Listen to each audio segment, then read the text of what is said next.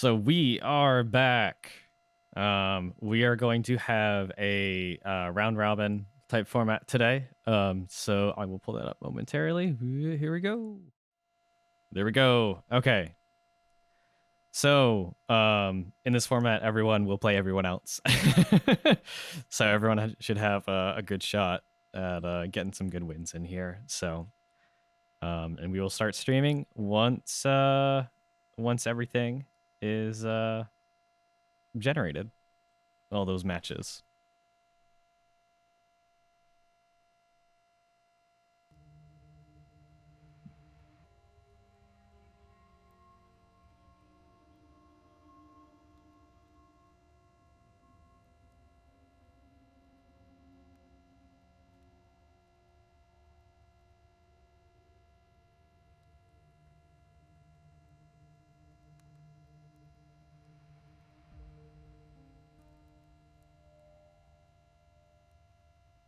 All right, let's see if we can start this game. All right. Spectator mode is up. So, let's go. So you have Lances and Minus for this first battle. Let's see if this battle will start.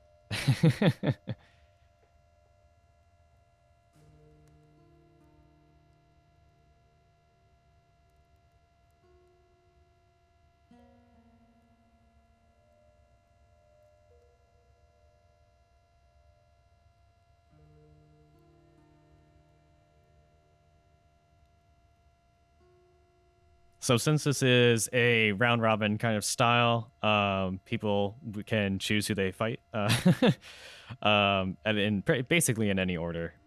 So right now, what we're going to do is we're just going to switch to whoever gets through their formation and loadout section first. So we might start with Minus and Lances. We might not. Let's see what's happening.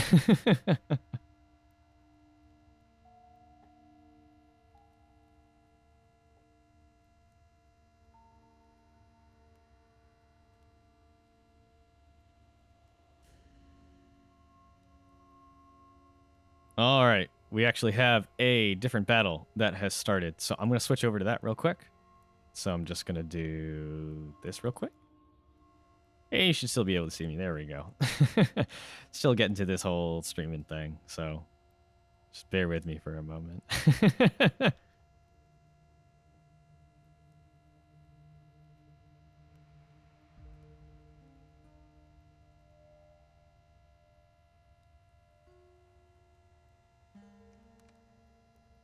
All right.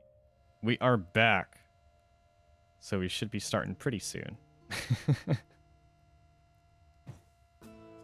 All right. We have the first battle between Maliv, which I believe is how you pronounce that, and your dude. Yeeter dude. All right, cool. So on Maliv's side, we have the warrior, the berserker, and the ranger. On Yeeter's side, we have the warrior, the ranger, and the chemist. Both of them sporting a full column setup. Both of them utilizing the warrior sentinel stance to get off some attacks, even if he is being targeted, and defending other targets, squishier targets, within that column. So it seems like Maliv is targeting Yeeter's warrior for the time being, trying to focus them down a little bit to break up that formation. Yeeter seems to be targeting Maliv's ranger, so they can cut down on that combo potential.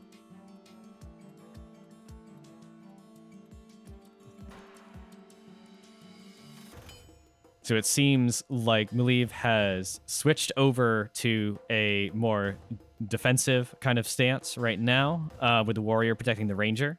So it looks like Maliv's gonna clean up Yeeter's warrior. Now, Yeeter's ranger Maliv's ranger is at half health at the moment. So they are still very vulnerable to the ranged attacks from Yeeter. So let's see how this works.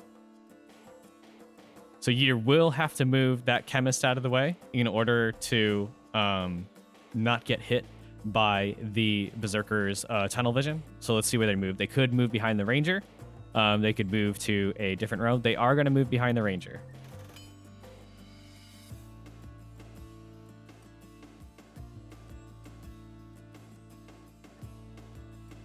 Let's see if Yeeter continues to select, leaves ranger, maybe get in an attack there. They get him down pretty far if they get off a quick shot at this point.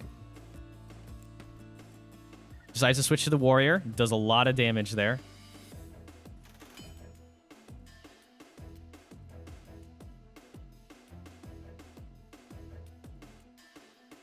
Let's see which target that Maliv... Okay, Maliv is going to try to focus down Yeeter's Chemist as of this moment, trying to cut off that line of support, whether it's healing, whether it's extra damage. Even sometimes with that devastating Flame Flask, that can do a lot of elemental damage, which is very, very good against low elemental defense characters like the Berserker. All right, Yeeter is going for kind of a more greedy strategy, which basically means he's focusing up so they can store that potential damage. So basically what they have to do is survive 2 attacks from Maliv. So basically they're betting that they can get off their really awesome, like either Flame Flask or their heal before Maliv can get in a lot of damage. It looks like it's going to be pretty tight, so we'll see if this pays off.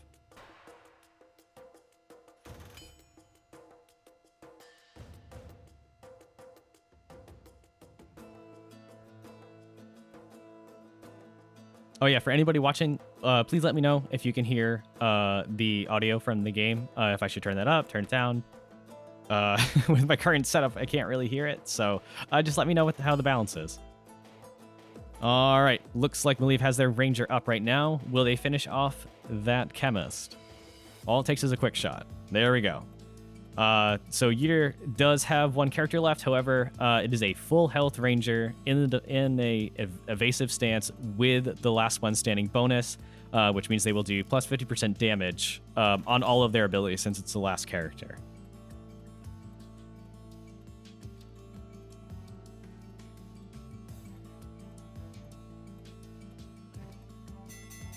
All right, we're doing a trade blows. Oh, wow, that was an incredibly risky move. Gets the Berserker down to 1 health there. So in this setup, that actually is the best amount of health for the Berserker to have, because this still means that Yeeter will have to target that Berserker in order to kill them. So they do have 1 AoE ability, however, that requires them to focus.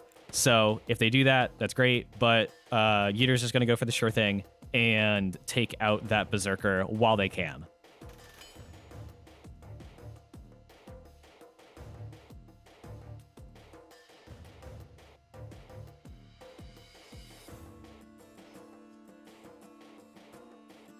All right, let's see what kind of strategy Maliv is going to go for with their ranger. They could focus up to try to get some extra stuff, but they're just going to go with a nice quick shot, do some decent damage, and then work off of their support ability to get in a couple of combos to try to finish this matchup. 1 hit, and the other one is a dodge. So Yeeter's ranger will live to see another round of combat. So let's see if they can finish off Maliv's ranger.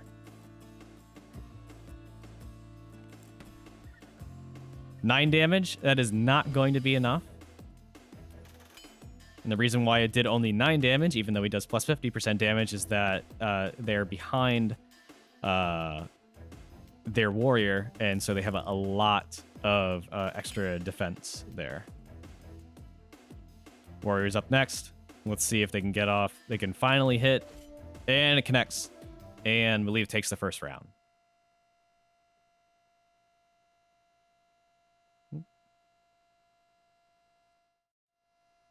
All right.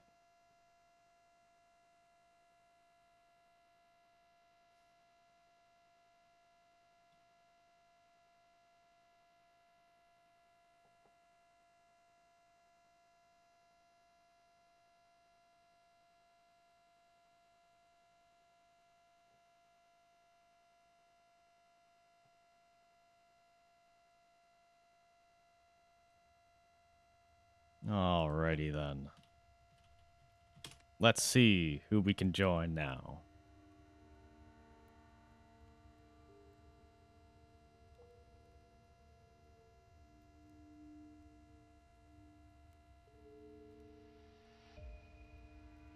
So actually going to catch up on a battle that's been going on for a little while now between Midas and Lancis real quick.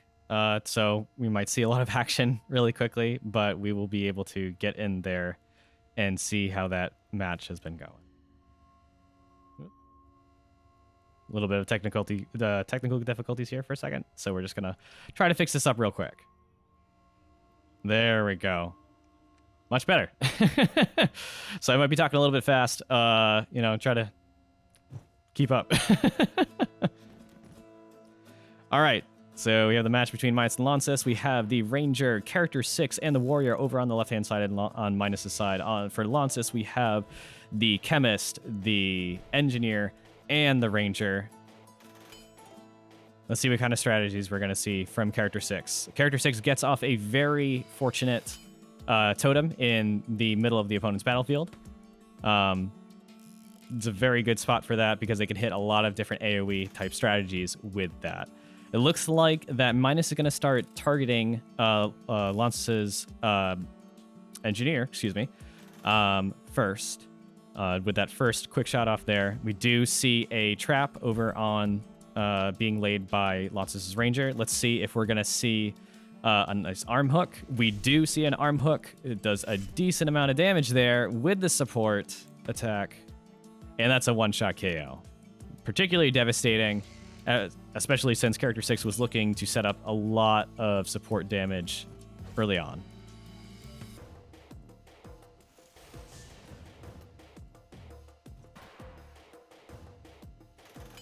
That's examples of those big combos still being completely viable in the current meta.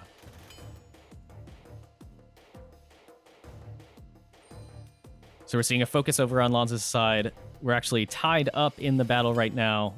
Each side has one character knocked out. Yeah, exactly. Yeah, we'll see. We'll see. One of these matches, we'll see the true potential of Character 6's totem. Up until then, everyone's a little bit scared at this point, so they're going to try to focus him down as fast as possible. So that's why we're seeing that's why we're seeing certain things. So maybe in future matches, we might see Character 6 a little bit more defended. Maybe not probably set up in a situation where they won't be able to be pulled into traps and such. But until then, we'll see. So it seems like we're pretty evenly matched on both sides right now. Midas is taking a lot of damage onto their Ranger, and Lancis is, their Chemist is dangerously low. It looks like Midas is going to be able to get off one last attack with their Warrior to knock out Lancis's Chemist. So we were down to a Ranger situation on Lancis' side. Full health, though, with 50% bonus damage, so they almost not quite taking out Midas's Ranger. Hopefully we'll see them be able to get off a couple more attacks. It looks like they'll just be able to get off 16 damage because Lancis's Ranger is up next. So if I were them, yep, exactly, they're going to take them out real quick so that they don't have to worry about the Ranger's support stance getting in a lot of extra damage. Midas's Warrior is focusing up. Let's see what they do next round. Lancis's Ranger getting off a quick shot, switching back to evasive. Warrior, let's see what they do. They're going to do a slam. That is a dodge. They are off balance, so it does slow down the Ranger considerably. They're trying to get off one more move. They got 15 damage off there, so it looks like they're either going to have to get 2 more slashes in order to finish off Lancis's Ranger, or they're going to have to get off a focus ability. So it all depends on how they think that RNG is going to go. This one's looking to be really tight. Lancis's Ranger getting off 10 damage every single time, so they need to get 2 more attacks in. We're seeing a dodge on Lancis's side, so that means that the Warrior still needs to get off 2 more attacks, so it looks like Lancis will be able to take this one away. But we'll see.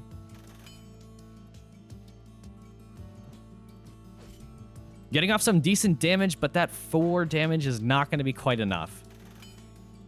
Let's see what Lancis does. Probably just a quick shot. Oh my gosh, and that...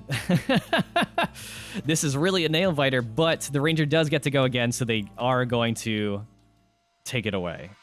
Lancis picking up that first win right there. All right. So you're not seeing any numbers right here yet because we are doing best out of 3 for these rounds. So once someone gets the overall advantage by winning 2 out of those 3 matches, you will see the overall played versus wins value. So I'm just going to check up on who is in battle right now. No one is in battle right now, but we will see what happens.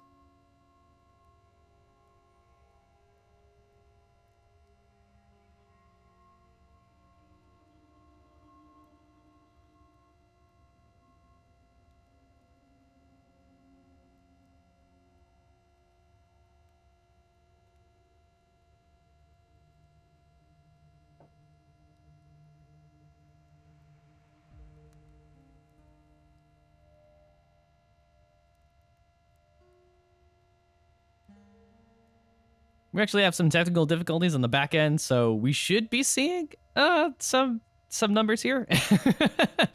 But this always happens. So as with anything, you know, the first time that we do these round robin kind of things, we do see some stuff on the back end that does rear its ugly head. So yeah, we're just gonna work on some stuff and see if we can get those numbers there.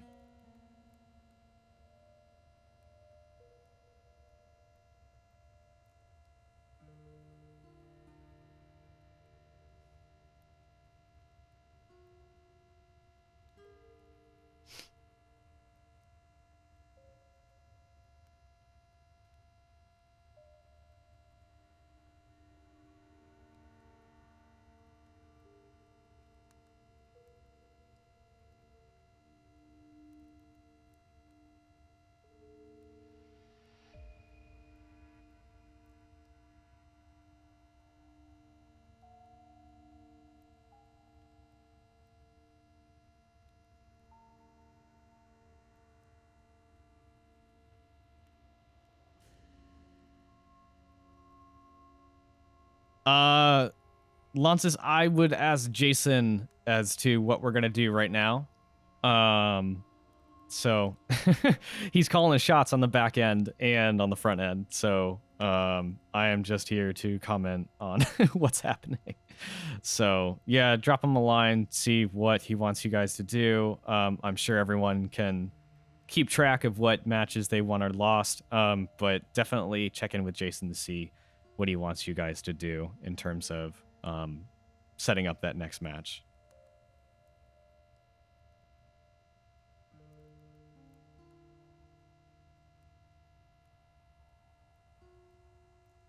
But yeah, it takes a couple minutes to, you know, set up some changes. So no worries.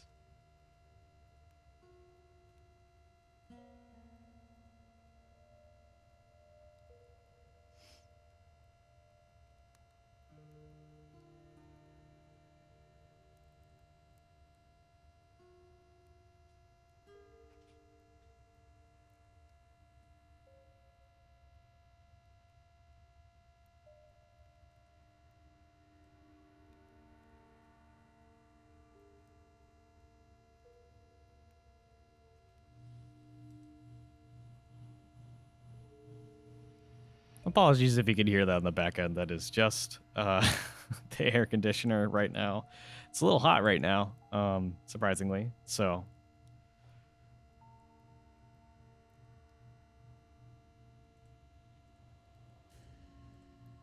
even though in the US we got snow like last weekend, I don't even think it was last weekend. I think it was a few days ago. Not us, but other areas of the Northeast and all that kind of stuff.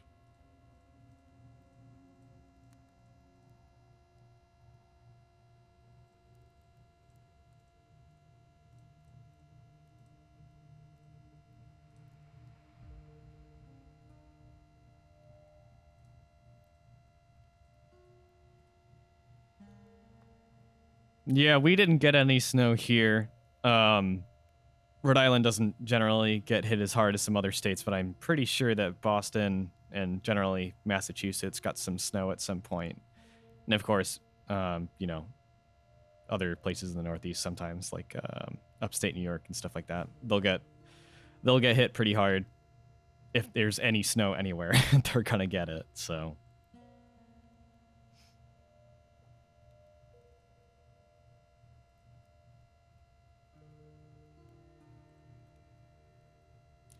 Oh, Southern California. I have yet to go, but I expect every single day is like every other day there.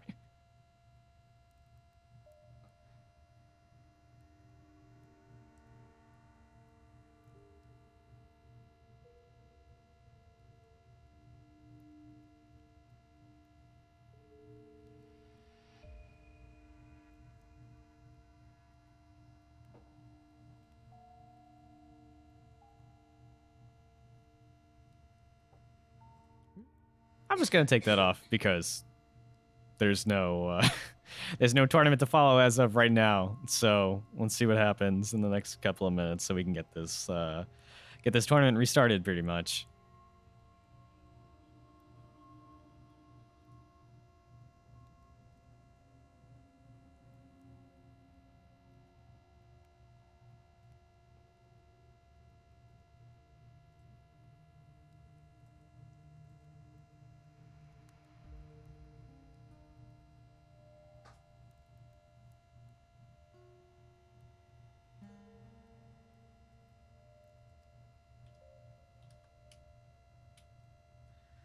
All right, we might be getting stuff set up pretty soon. I will let you guys know. Probably the next minute or so.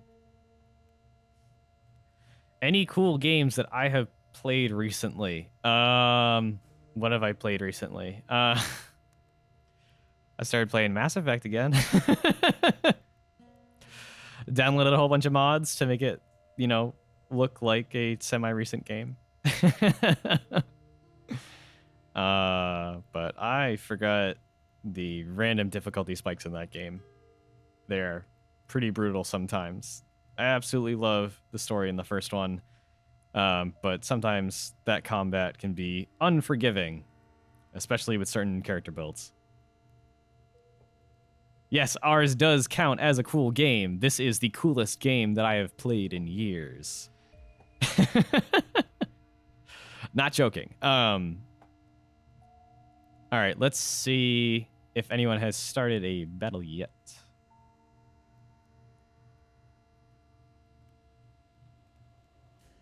Not yet. We are getting there, though.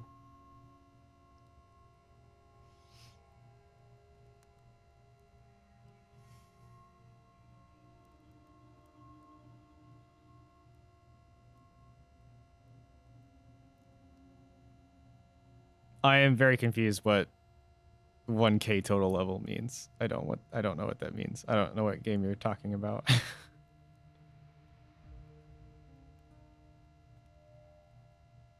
Please let me know.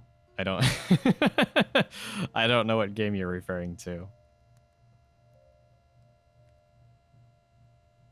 Oh, okay. RuneScape. Jeez. I don't remember too much about RuneScape other than cooking lobsters over and over again or something like that. That was pretty much, or maybe they were like crawfish.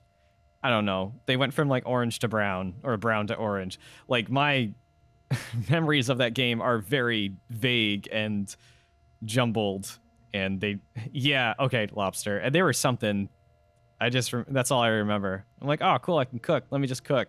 And I cooked like a couple hundred of them or something, because there was like no cap to grinding skills or something. It was ridiculous.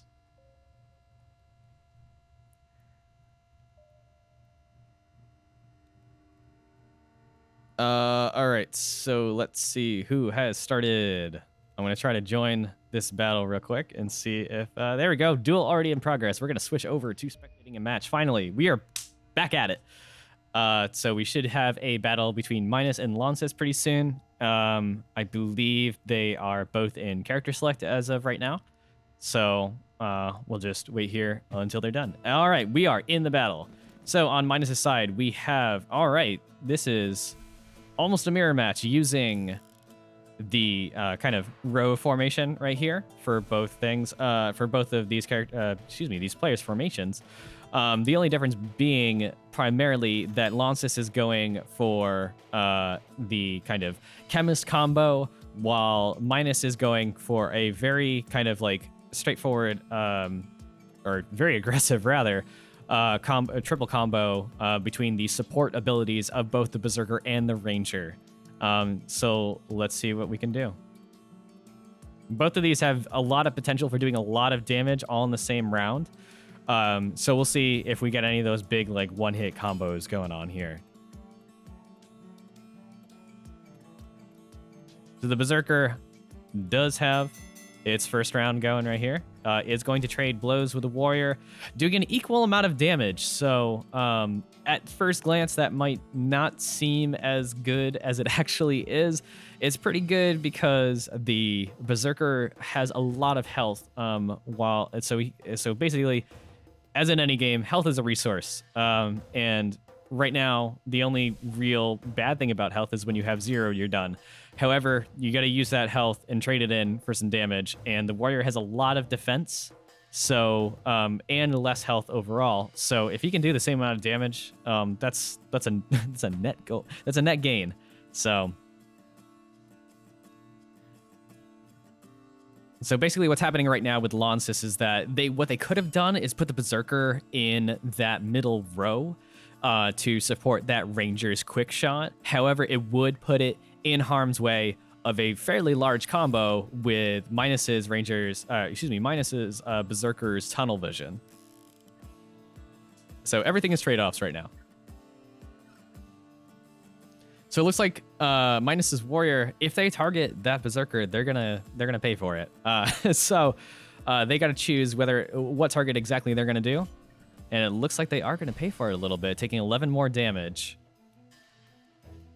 So basically, Minus has determined that the damage that is going to be dealt to Launcis' Berserker is totally worth it. It's totally worth taking out that character as soon as possible. The Berserker does have the potential for a lot of damage, especially like one round damage with that trade blows and with the very elusive focus ability of the Berserker that I don't think we've seen in a tournament yet. However, it has a ton of damage associated with it. Seeing a lot of combos right here with the end result of Launcis' Berserker getting taken out. Launcis does have 2 characters up next, though, in a row. So hopefully we'll see what they're going to do to catch up here. All right. Launcis' Chemist focusing up, using Lurk, try to get another round as soon as they possibly can. They're going to have to survive 2 rounds of attacks from Minus before they can do some real damage. And they're actually going to move the Ranger in front of their Chemist in order to soak up a little bit more damage. So it does provide some defensive capabilities there. So Minus is actually going to go after Launcis' Ranger real quick. So they're basically trying to figure out, okay, so there's a lot of damage output there. So let's see how this pays off for them. Still focusing that Ranger.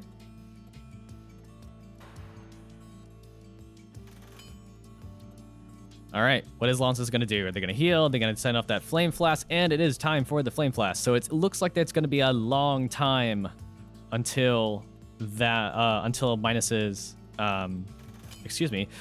Warrior is going to take another round, take another turn. So it looks like they're going to be finished off pretty soon. So it's going to be down to a 2v2 type situation here. Getting off a quick shot on that Berserker, trying to chip away at that really high health total. And back to evasive stance. Now it's time for Minus's Ranger to go. Are they going to keep on targeting Launcis' Ranger? Or are they going to switch to the Chemist? They're going to keep on going for the Ranger. Quick shot getting a good 14 damage there. So they only need like a couple more attacks really on that Ranger in order to finish them off. However, they do need to get 2 attacks to connect due to that dodge chance. So we're going to see a trade blows here. It's going to connect. It's a dodge. All right. So Launcis' Ranger survives 1 more round. Let's see what kind of damage they can get off now. It is time for the Chemist. So the chemist is probably going to survive a couple more rounds. So the chemist needs to figure out what they're going to do here. They're going to get off of Vigor onto the Ranger, who only has 3 more health left. Is that going to be enough with the Ranger's quick shot in order to finish off the Berserker? Maybe.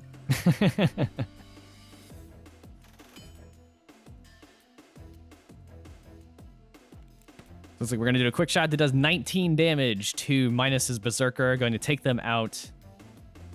And now we are down to a 1v2 situation. Might be a 1v1 very soon, though. Let's see what Minus does here. Now they can take advantage of... Oh, all right. They're going to take out Launcis's Ranger real quick, who only had 3 health left. Now is a 1v1 situation with 2 full health characters. In order to do actual damage to Minus, Launcis only really has one strategy, and that is to use their Flame Flask. So they're going to have to use that as much as possible in order to take out Minus's Ranger. The Minus's Ranger is just going to use a quick shot. They did the math. They only need to do it 3 times. They already did it once.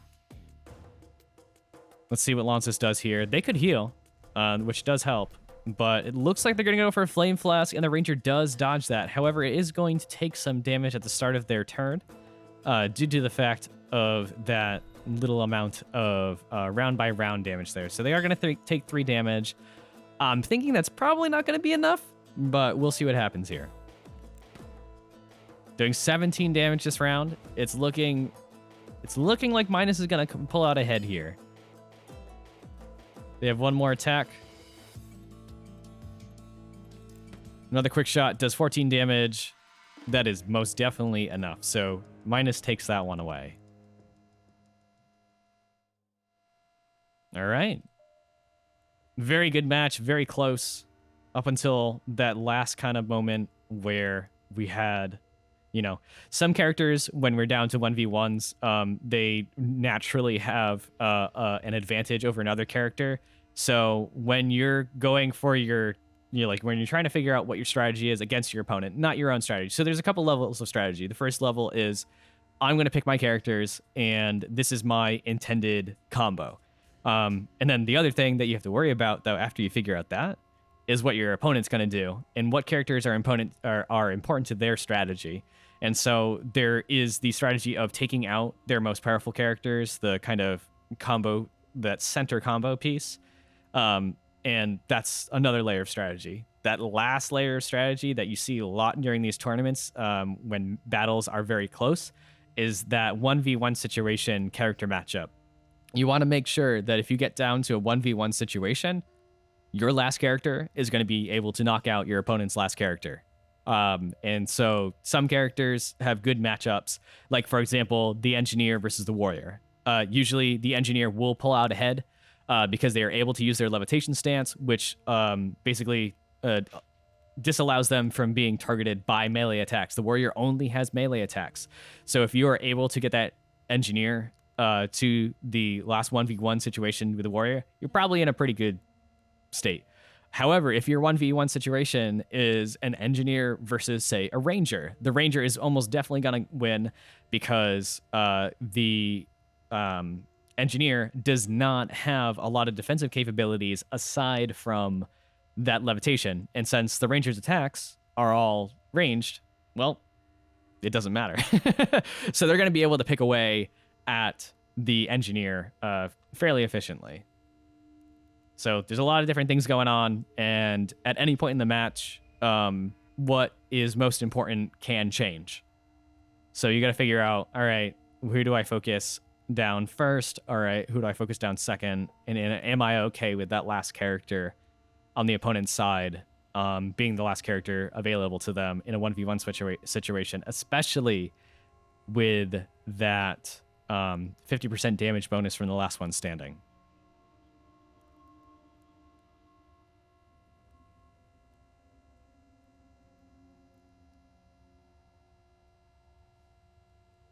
All right, we're just waiting on a couple more matches here.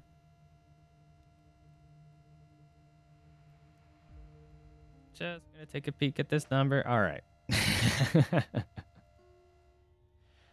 We're gonna ignore that for now. We're just going to watch some matches.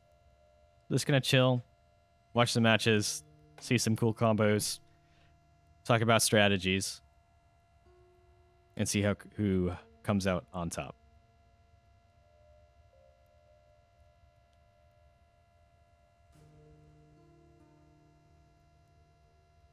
Now it's time for me to ask a question.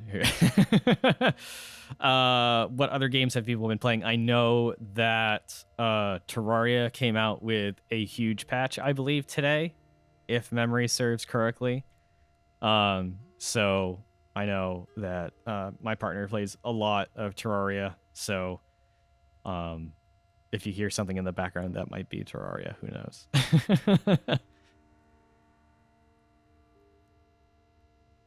So it looks like we're going to be able to set up a match pretty soon. Melee versus Warwicks. I'll just give them a little bit of time to join that match, and so we can spectate it.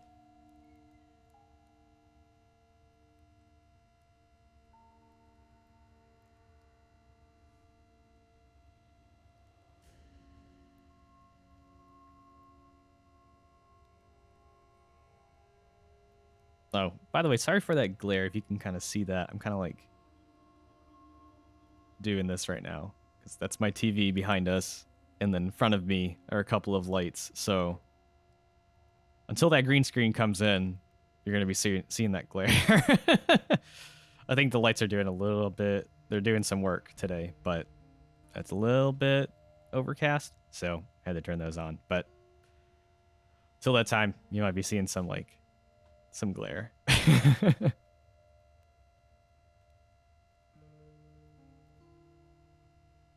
The TV does need a blanket, I guess, but it's fine.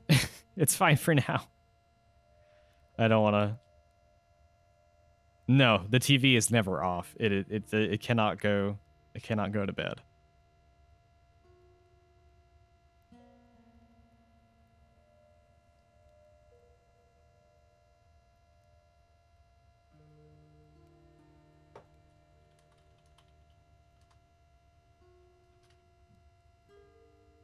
Just checking really quick to see if that match between Maleev and Warwicks has started yet.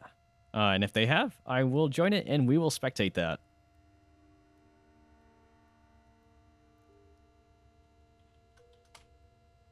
All right, it looks like they have started, so I will join this real quick. We will join as a spectator, and we are now into spectating the match. All right. So we have kind of a hybrid formation on Warwick's side with column and a row kind of interaction going on. On Maleev's side, we have a full column strategy. Now, it looks like Maleev did get lucky with the placement of their Berserker there with the tunnel vision. However, Warwick's is able to move their Ranger out of that line of fire very quickly. They're going to use a Vigor Potion on themselves. So it looks like we're going to be seeing, at some point, we're going to be seeing a Flame Flask coming from Warwick's Chemist. However, Warwick's has to do a little bit of work to get that Flame Flask out.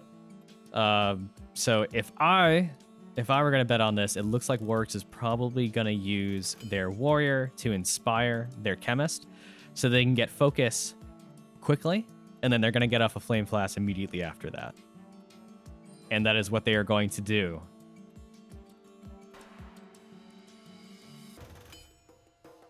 It's time for Maleev's Warrior to take their turn. Let's see who they're going to try to focus down first.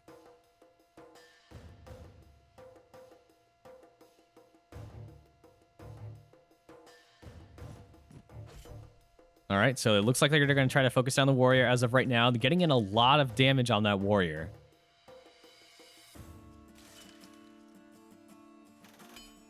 Berserker is up next.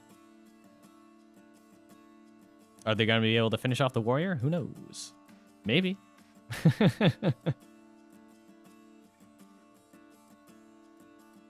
Berserker has a lot of health right now, so they can utilize trade blows. They're going to use Unrelenting Strike though, because they think they're going to have to get in another attack at some point. They're not really confident they're going to be able to take out the Warrior.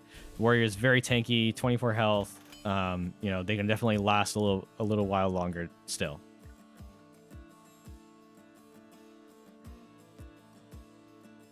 Actually gonna duck out of frame really quick. Gotta grab some water.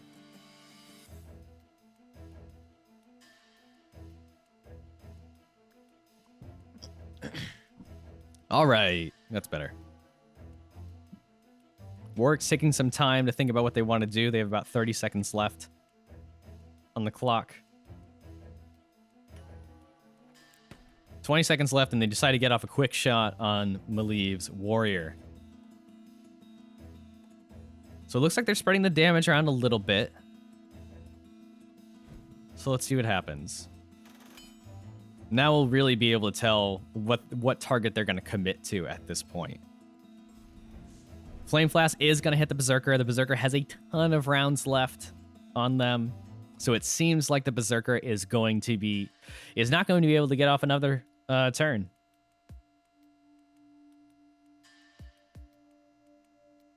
And just a reminder that the Berserker does have low elemental resistance, so that Flame Flask does a lot of damage, especially with the Vigor Potion. All right, let's see if Maliv is still going to try to focus down Warwick's warrior. They've already put in a lot of time and effort into it. It looks like that's what they're going to do.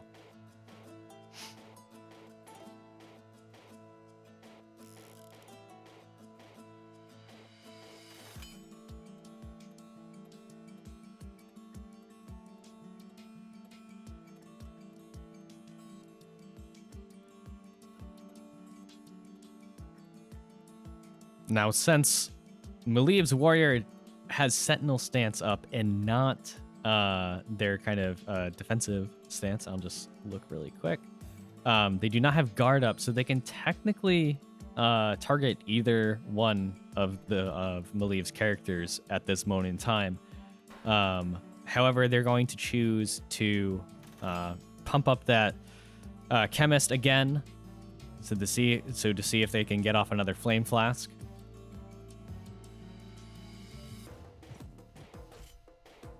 It looks like Maliv is able to take out Warwick's warrior. So now it looks a little bit more even at this point. We will say that Warwick's chemist does have focused at this point, and that flame flask is particularly devastating a lot of the time.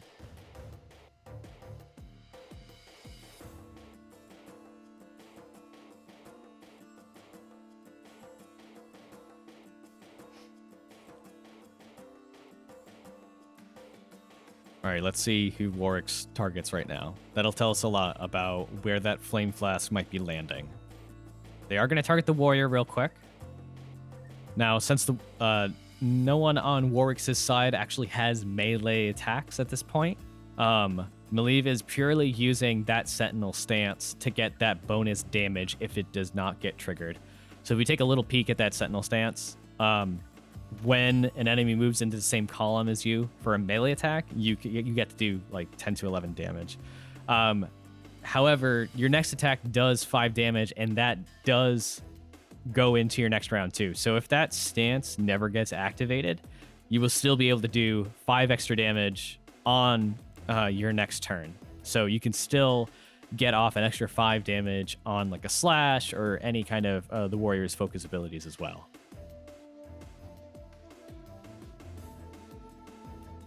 So it looks like Maliv is attempting to whittle down Warwick's chemist. However, they do have an attack coming up next.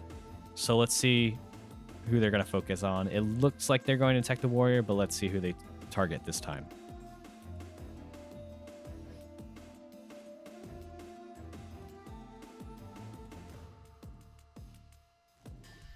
Looks like they're going to heal themselves.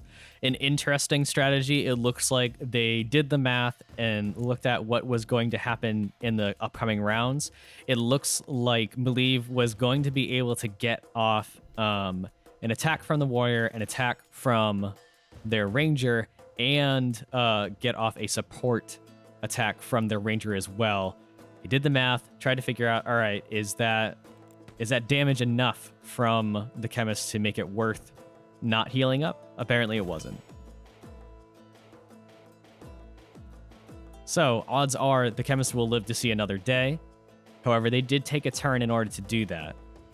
So it leaves Maliv with a little bit more wiggle room in order to try to focus down another character. It looks like they're going to switch over to the Ranger. Probably a good move because there is still, I believe, 21 healing incoming on Warwick's Chemist. So they said, that's not worth it. We can't keep up with that. We're just going to try to get off some combos on Warwick's Ranger. It looks like they did get off plenty of damage on Warwick's Ranger.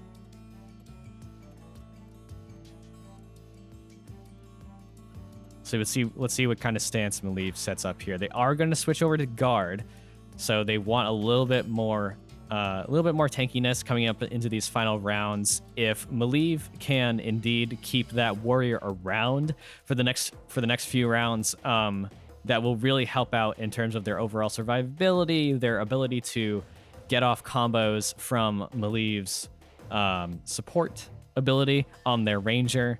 And getting that support ability off really makes the Ranger very effective in these situations.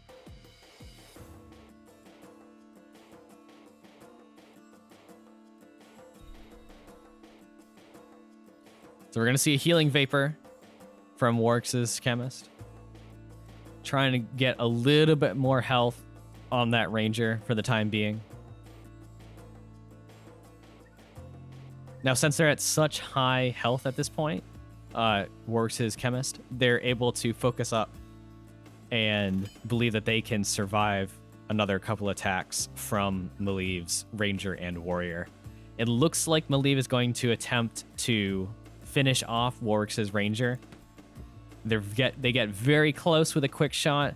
That quick healing from Warwick's Chemist really did make the difference there.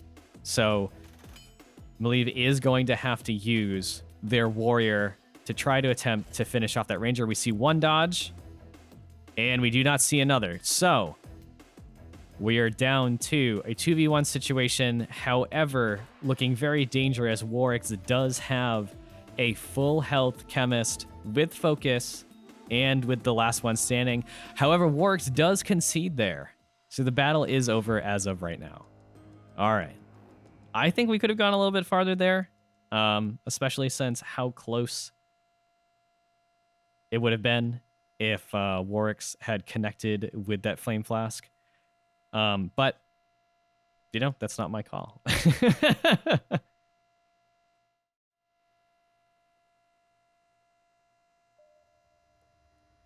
All right. Just going to hop into the Discord right now to see what's going on here.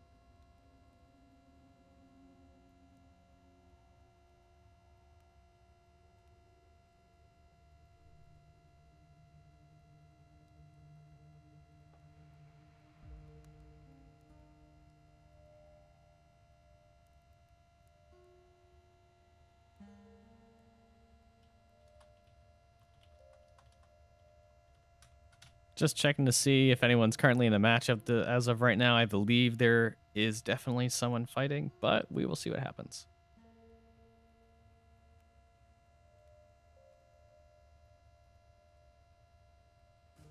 It looks like we're going to join in on the rematch between Maliv and Warwick's. I'll just give them a couple minutes to kind of set up their strategies, pick their characters, and then we can join in momentarily.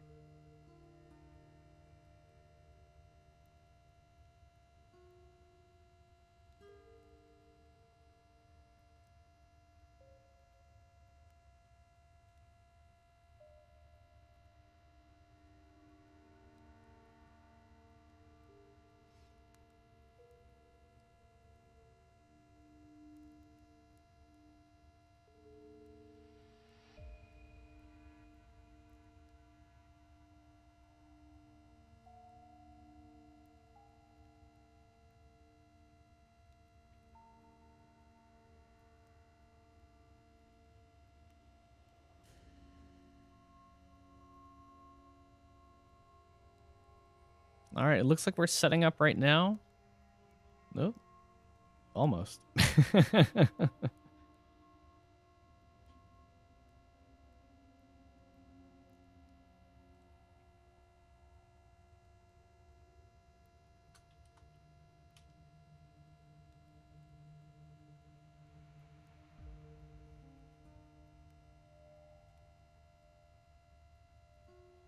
All right.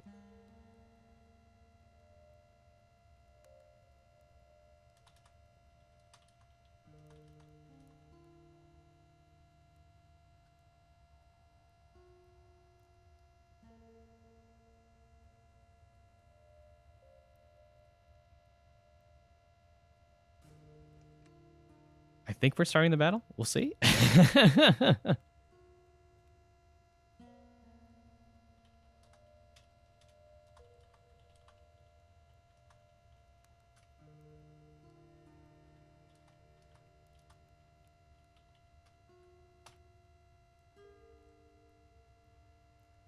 We're just going to switch it over really quick. So I believe our combatants are setting up their next match, picking their characters, selecting their loadouts and layouts. All that good stuff. So it looks like we're in the battle.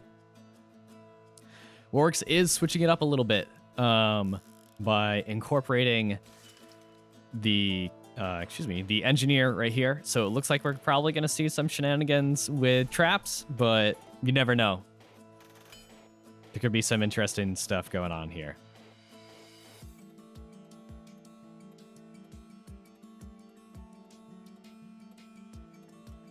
It is Warwick's turn first. Let's see who they start targeting.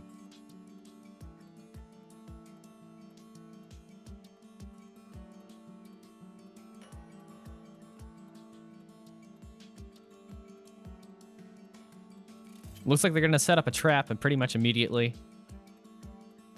And it looks like they are targeting Miliv's Berserker as of right now.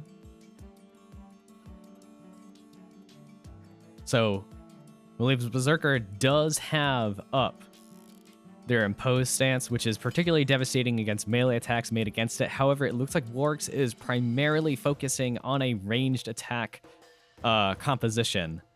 So they're going to be able to do some damage to that Berserker pretty quickly and without any kind of danger to themselves. So let's see how Miliv deals with that situation, because Miliv is very much set up as an anti-melee strategy as of right now.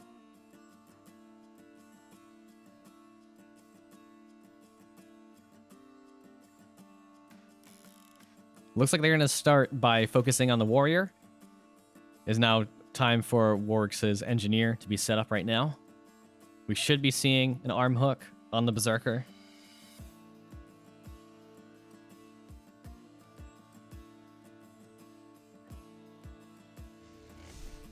And yes, indeed, we do see that. Doing 28 damage and doing 38 damage with the full combo. That is the damage by the arm hook, the damage from the track, and 10 bonus damage from the Ranger's support stance. That's some really good early damage against Miliv's Berserker.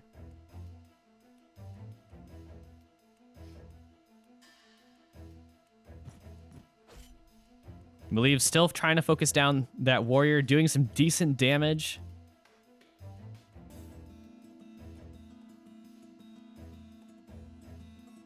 Let's see what kind of stance that they adopt. You're also going to adopt Sentinel again.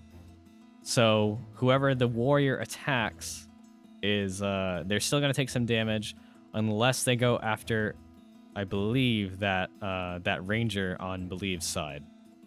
However, they could also use that Inspire in order to bolster Warwick's ranger or engineer. Who knows?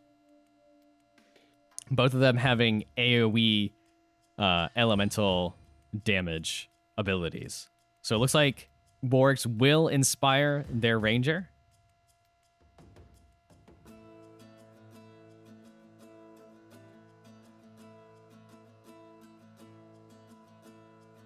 So we should probably be seeing one of two things from the Ranger.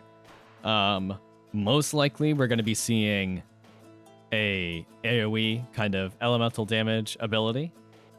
I'm just going to show you that to you guys right now with Explosive Round. So just a good damaging ability all around. If you can hit 3 targets with it, definitely. If you can hit 2, it's still pretty decent, but definitely it is very good with 3 targets. If they're going to go for a more long-term strategy, which I'm not really sure if they're going to do this, probably not. They could use a field kit to get some increased damage output for the next 2 rounds, which can be particularly devastating. However, they don't need to heal, so they won't get that kind of utility. So it looks like we're getting into a situation where they're going to do an explosive round. Maleev has 10 seconds left, and they were able to get off an attack. They basically said it's worth it to get in that extra 15 damage on on Warwick's warrior, getting in a trade blows right there. So Maleev playing around that AoE a little bit by moving the Berserker back. It looks like Warwick's is probably still going to be able to finish off the Berserker with a quick shot, but it might not be enough damage. We'll see. Warwick's can always save that focus ability for later, especially since their Ranger has so much health as of right now. Taking a little bit of time to weigh the pros and cons. They've got about 15 seconds left on their round. They are going to use that quick shot. Decided it was worth it. And it definitely was in this situation. However, it does look like Maleev is going to use their Ranger to finish off Warwick's warrior.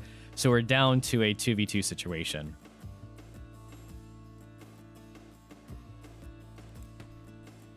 And that is what happens.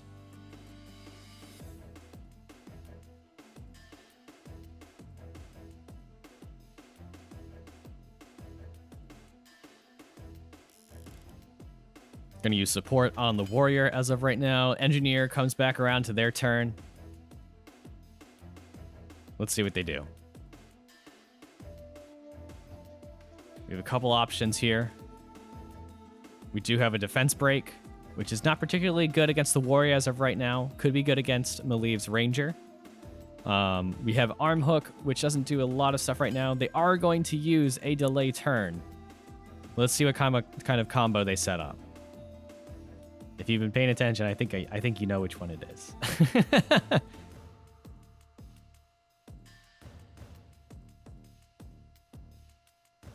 The interesting thing is neither of Warwick's characters are using any kind of defensive stance as of right now. So they're particularly vulnerable to any kind of combo from Maleev's characters.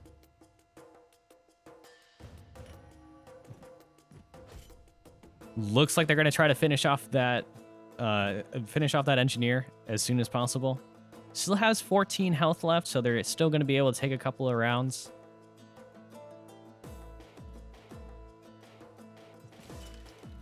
Switching back over to that Sentinel stance to get that bonus damage at some point.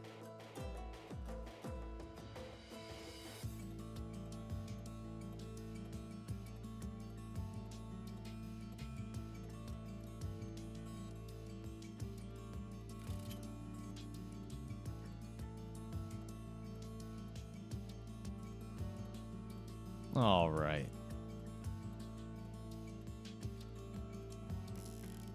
Getting off that trap. It's not immediately clear which character they're going to pull into that trap, but they are going to use the Arm Hook on the Ranger. Getting enough of support as well. Gets that Ranger down to dangerously low levels of health. So right now we're looking at a little bit of a race as of this point. Basically, whoever can get off like one more combo from the Ranger's support stance is going to be looking pretty good at this point. Basically trying to figure out if Maleev can finish off Warwick's engineer as of this point. Maybe, probably not. I don't think they're going to be able to do enough damage with that quick shot. Let's just double check real quick. They're probably doing the same thing right now. 7-8, they are able to do 15 damage with that bonus. That's a lot. All right, let's see what happens here.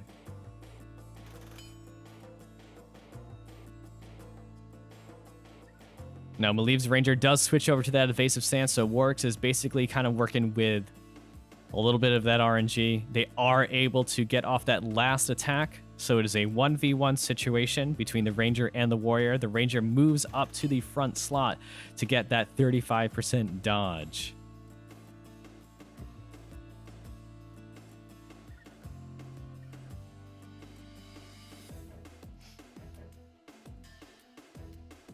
So right now it's all up to Maliv at this point. Let's see what kind of line they go for. Are they going to go with the Sure Shot Slash, which is going to do about 10 damage per round? They're going to use Focus, actually. There's a couple things they can do with that. They can do a lot more damage with their next attack, and potentially they could slow down the Ranger, which is one of the Ranger's benefits as of this point. One of their strengths is being able to take a lot more turns. So if you look up the turn order right here, it looks about pretty even until the Ranger is going to be able to take 2 rounds in about 1, 2, 3, 4, 5 rounds. And there's a couple more right there of even rounds, and they get to have another turn. So basically, the longer that this match goes on, the more rounds they're going to be able to get off in advantage to Maliv's Warrior. So both characters have Focus as of right now. All right, so that was a gamble that paid off immensely for Maliv, using that slam to do a ton of damage as of right now. They're able to go again because slam does slow down the Ranger, so they're able to get off one more attack. With that attack bonus from the last one, so they're able to do 20 damage and finish out the round, beating Warwick's. Overall, a really solid match. Some interesting strategies being played there. In the end, the Warrior was a better matchup against the Ranger. Just being able to get off a lot of consistent damage with having a lot of health and a lot of armor does help out a lot. Also, the Ranger not dodging as much does help too.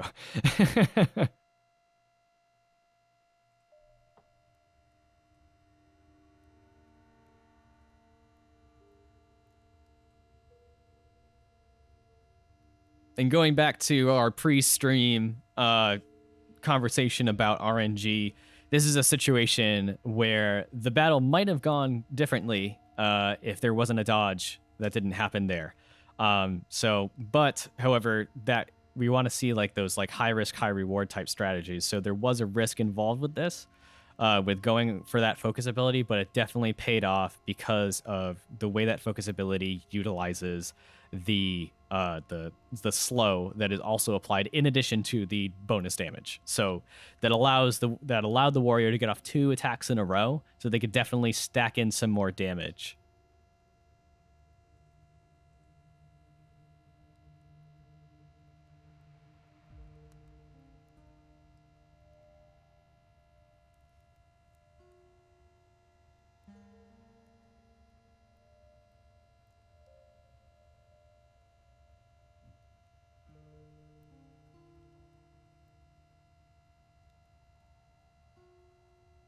Alrighty.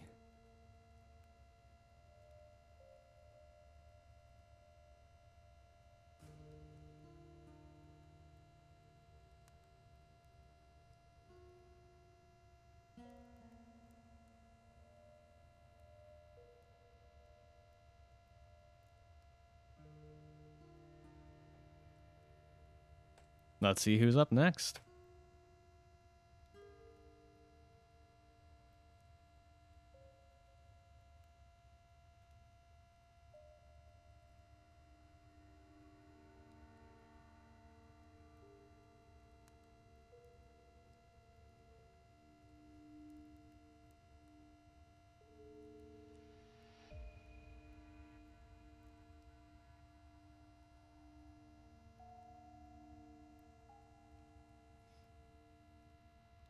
I'm just going to give them a little bit of time to join that match, and then we will join in.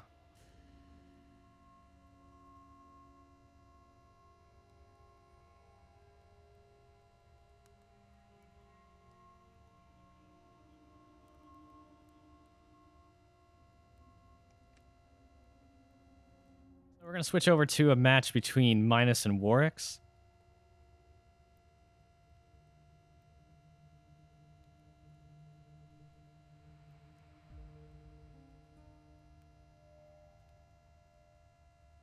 And the battle will start when they have finished choosing their characters and set up their formations. I'm actually going to take a few minutes, and I will be right back. I will leave this battle up for the time being. So we'll be back with you guys in a sec.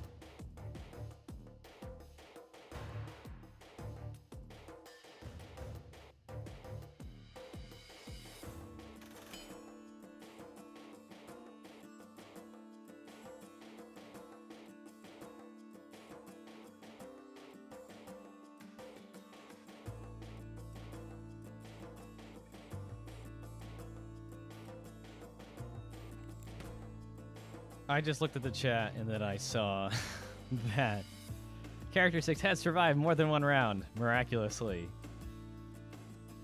And I'm glad to see it.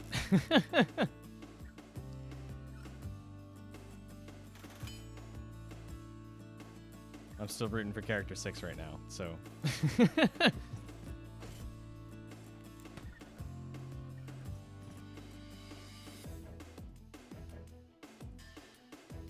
He did get the AoE off? That is awesome. Looks good to me. Now, if Minus can finish off Warx' Ranger and their Chemist in a reasonable amount of time, then, yeah, they're going to be looking pretty good right now. But we'll see what happens. Warx has a lot of tools at their disposal in order to mitigate damage. So it looks like they're going to use a guard as of right now.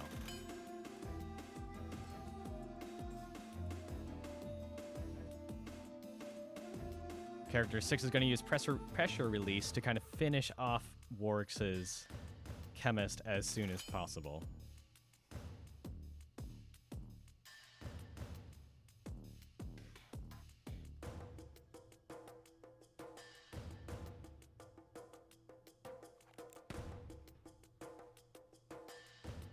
Now the question is Warx' Chemist going to survive for another round?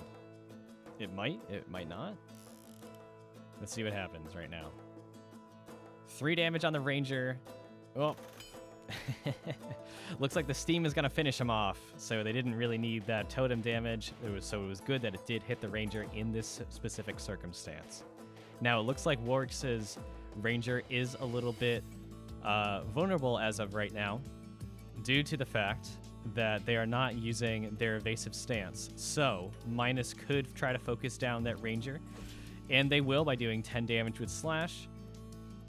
It is going to be an additional 1, 2, 3 rounds before the Ranger has another turn. So it looks like they're going to be finished off by that shock module regardless.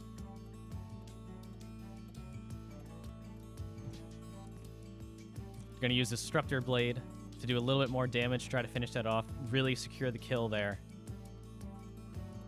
And 3 more damage. The Warrior is up next. It looks like the Warrior will not be able to mitigate that damage, so they're just trying to get in a little bit more damage there, get off that combo attack before their Ranger is done. So they're going to use Sentinel right now. The Ranger is finished off, and now it is a 1v1 situation between Character 6 and the Warrior. Character 6 does have 2 rounds right now, so they're going to move that totem first. Let's see what they do here. They can use Pressure Release to get in some extra damage, do 8 damage, do 3 damage, and another 8 at the beginning of the round. So they're getting in a lot of chip damage as of right now. The Warrior does have a lot of solid damage, unfortunately, for Character 6.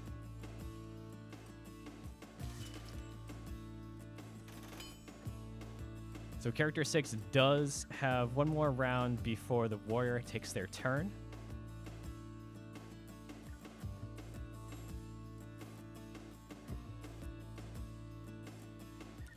So they're going to move that totem. Hopefully they use... What did they use? They did use the physical defense effect. They are going to take 20 damage, which does finish them off. That was a very close match. It could have gone either way.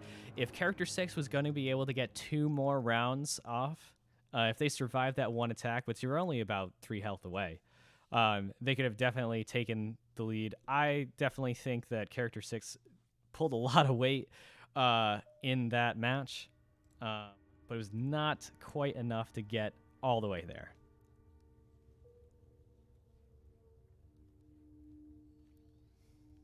But it's nice to see that the changes to Character 6 did make a little bit of a difference.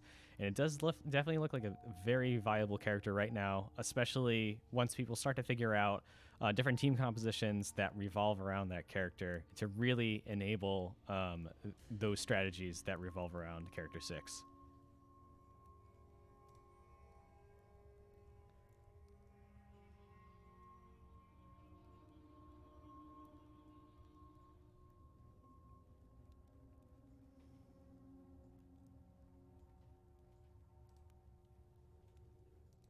All right, we're just going to load up another round pretty soon.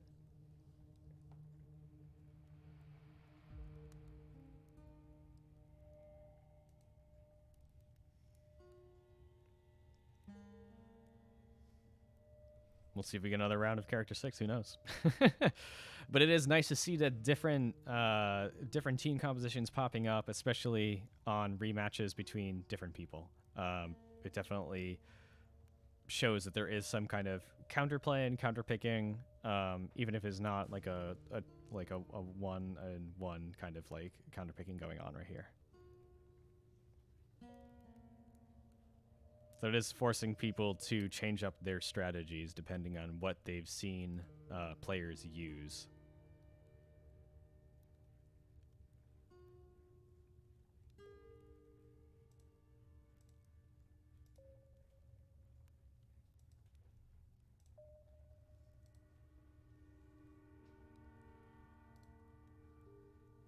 So it looks like we have another match between Minus and Warwick's coming up. So let's switch over to that.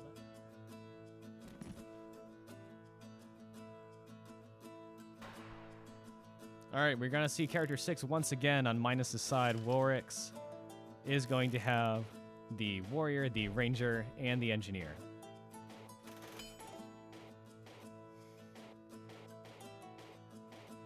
Warwick's thinking ahead and blocking off that center position. So the Character 6 cannot place it there. Minus will place it in the first column there. Moving back, Warwick's Ranger in the turn order. Minus getting off a quick shot on Warwick's Chemist. Using support to back up the Warrior. So we should be seeing some combos here, dependent on whether or not Warwick can kind of mitigate that damage. But it looks like since the stun module did target the Warrior as well, the Warrior did get their turn order pushed back. So the Warrior was not able to change its stance in order to protect the Chemist from melee damage. So it looks like Minus's Warrior is going to be able to get in a melee attack onto the Chemist with the support from the Ranger as well. But we'll see what they do, and that is definitely what they're going to do here. Warwick's Chemist down to 11 health. Definitely puts it in range of a lot of abilities. Warwick's does have the Ranger and the Warrior going up next, so they definitely also have the ability to get off some good combos here. So they might actually finish off Minus's Ranger, depending on how this works here. Warwick's Warrior is up next. Let's see if they target the Ranger as well. They are going to do that, doing 24 damage with the bonus plus 12 from support, taking out Minus's Ranger very quickly. Now, it does look like Minus does have two rounds in a row next, so we'll see what they are able to do.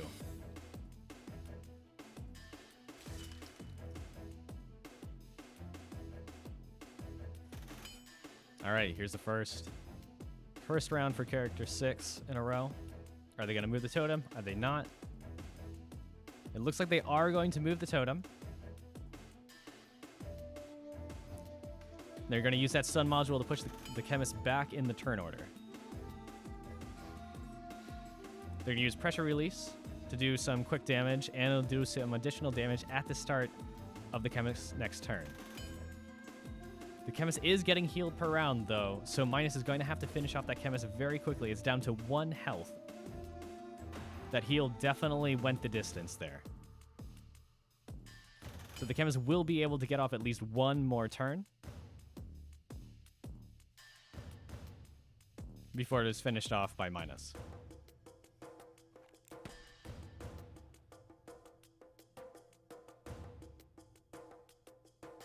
There are a lot of turns in between, in front of Character 6, though. Warwick's definitely does have a little bit more stuff going on here. So they're going to try to whittle down that Warrior as soon as they possibly can.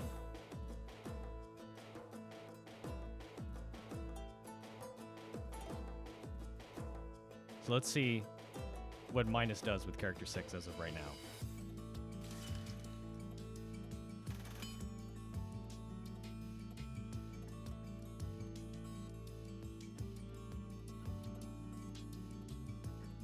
They're going to use pressure release again. They're going to use it on the Ranger. And switching over to shock module to get some extra damage off. Works is still trying to focus down that warrior as soon as possible.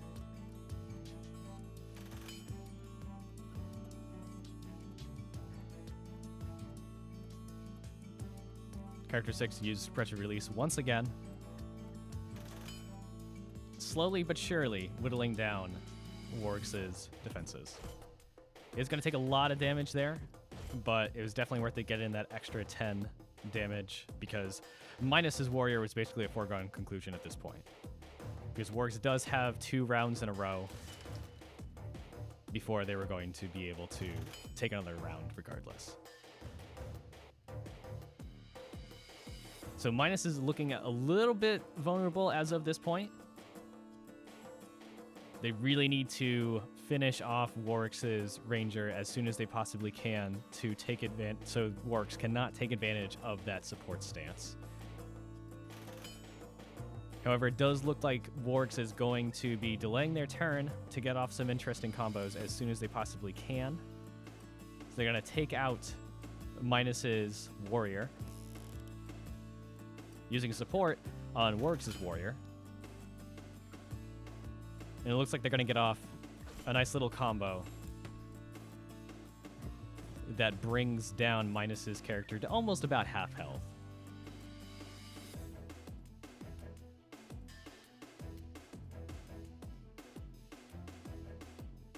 Now, Minus does have 2 rounds coming up for them, so we might be able to see that big combo again. So System Overload does hit every character around it. So if we see a focus, like a focus being used here, we know what's happening. But we do not see focus, so it looks like Minus is trying to take out that Ranger as quickly as possible.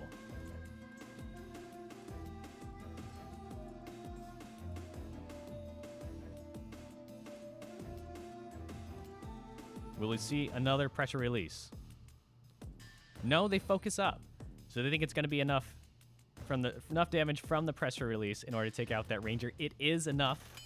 So we're down to a warrior versus character 6 loadout as of right now. So character 6 is down to 1 attack. So let's see what happens here. Might be able to take it away with those 2 rounds coming up. They do have focus, so we should be seeing that big system overload ability. They're going to use pressure release instead to get some damage in there. Will we see that overload? We do see the overload, so they're down to 15 health. So it is not quite going to be enough. Again, incredibly close. Very close. If character 6 just had 1 more round left to them, they would have definitely been able to take it away. But it happens. 2 solid teams, 2 solid strategies. Definitely happy. Both teams should be definitely happy with how that situation resolved.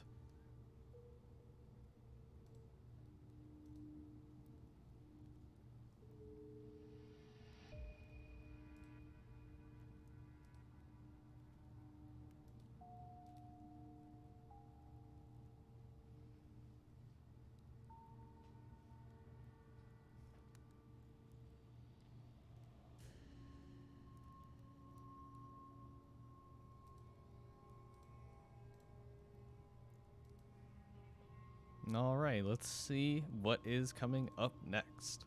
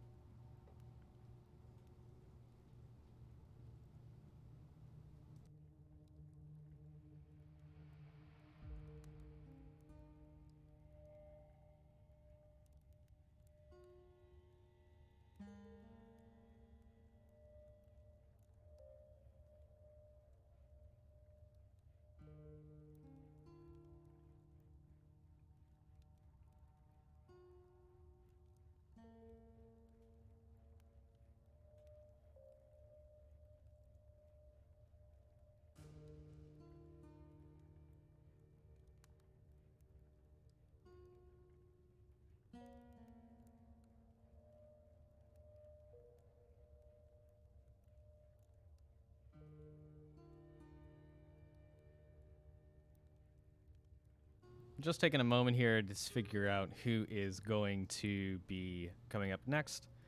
Just waiting for the bot to generate those matches as of right now.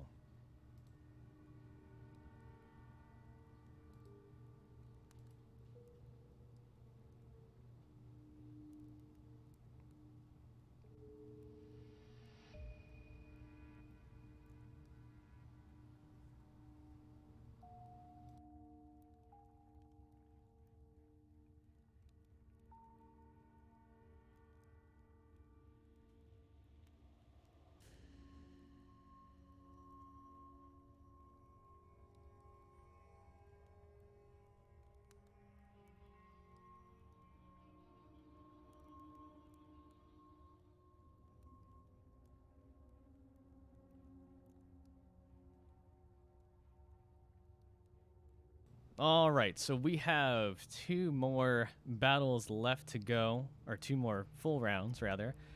We have Warwick versus Launcis and Malieve versus Minus. As of right now, we're just going to take a look at the tournament status. We are 2 out of 3 rounds for each player has been completed. We have Malieve up on top right now with 2 wins out of 2 matches played. Warwick's and Minus coming behind, and Launcis with 0 wins as of right now. However, since there is 1 more round for each player, then a lot of these matches have been so close that it's honestly sometimes it's a bit of a toss-up, because a lot of these players are very evenly matched, and so we've seen some really awesome plays. So the battle is not over yet. We still have 1 more full round, best of 3 from each of these players. So let's catch up with who we're going to watch next.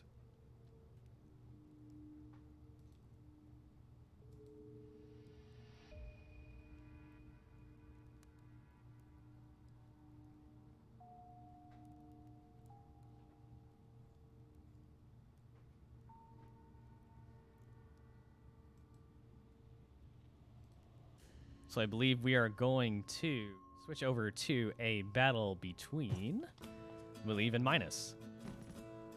So will Malieve be able to take all 3 rounds here and be declared the next the next tournament champion? We've been seeing a lot of different people taking that title pretty soon. Taking that title a lot. So it's nice to see that different people are stepping up to the plate and being able to strategize in a way that takes out the most dominant players. So we saw it 2 weeks ago. Maybe we'll see it again today. So on Malieve's side, we have the Warrior, the Berserker, and the Ranger. On Minus's side, we see the Ranger, Character 6, and the Warrior. Both players right now doing a kind of hybrid approach to their positioning, using the Warrior to protect their squishier characters at this point.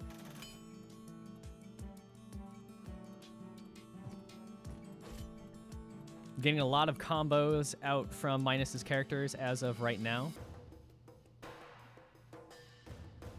During the time Malieve's Warrior does have their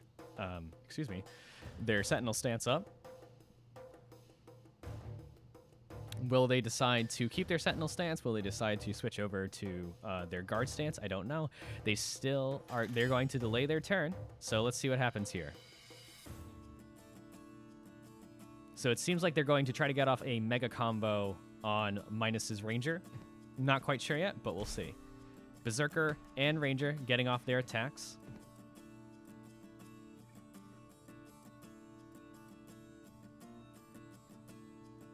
Let's see what Malieve does here with their Berserker and their Warrior. Berserker switches over to their Imposed stance, which is particularly devastating against melee attacks. Malieve is able to finish off Minus's Ranger pretty quickly, and switching over to a guard stance. Now, Character 6 is up next. They are going to take another turn soon after Malieve's Ranger. So let's see what they're going to do right here. Minus does move that totem over to hit the ranger with that stun module. It is not quite enough to move them back in the turn order, unfortunately.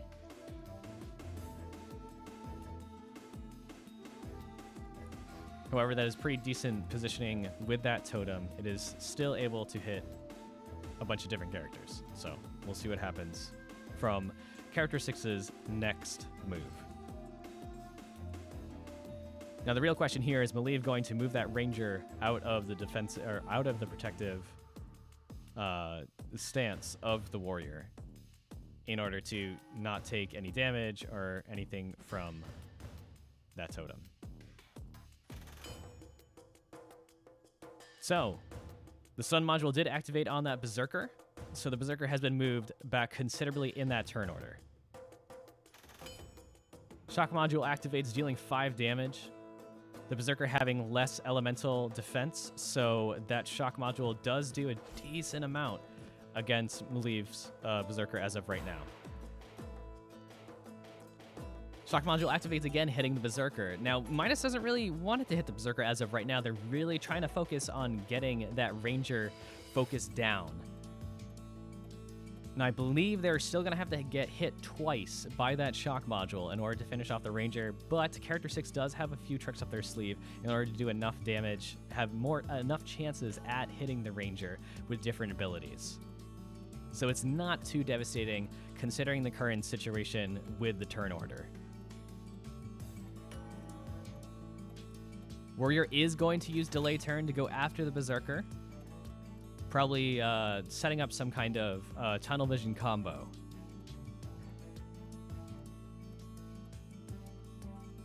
Shock module does hit the ranger as of right now, so Minus is basically trying to figure out whether it's worth trying to finish off that ranger now or playing that 50-50. They are not going to play the 50-50. They are going to use the pressure release to kind of finish off the ranger. The good thing about this is that the shock module will still activate on the berserker, getting out 5 more damage. Kind of tightening up this race right now. The berserker is going to use Unrelenting Strike on the warrior, knowing that they're probably going to have to try to hit that warrior a lot of different times in order to whittle it down from full. I'm going to use Tunnel Vision. The delayed warrior is up next, so they're probably going to activate that Tunnel Vision to get off some even more damage on the warrior. Dealing 10 damage from the slash, supporting the attack in his additional 8, that is 18.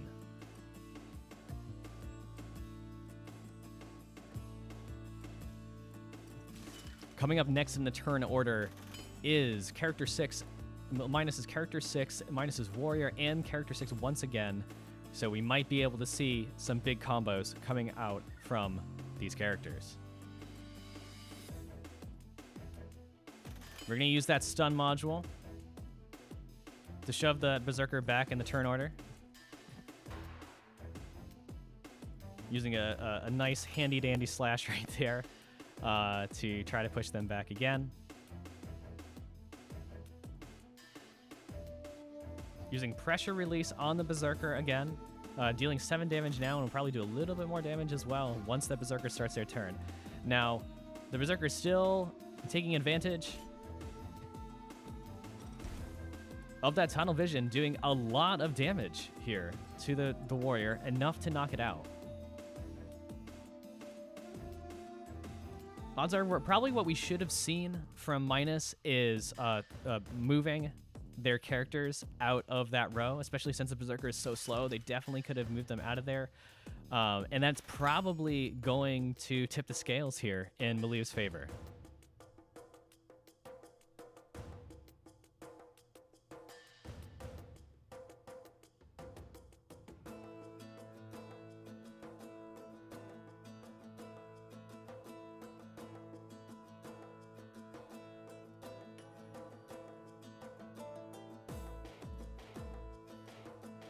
Yeah, we could have seen a lot of different things there. But we'll see what happens.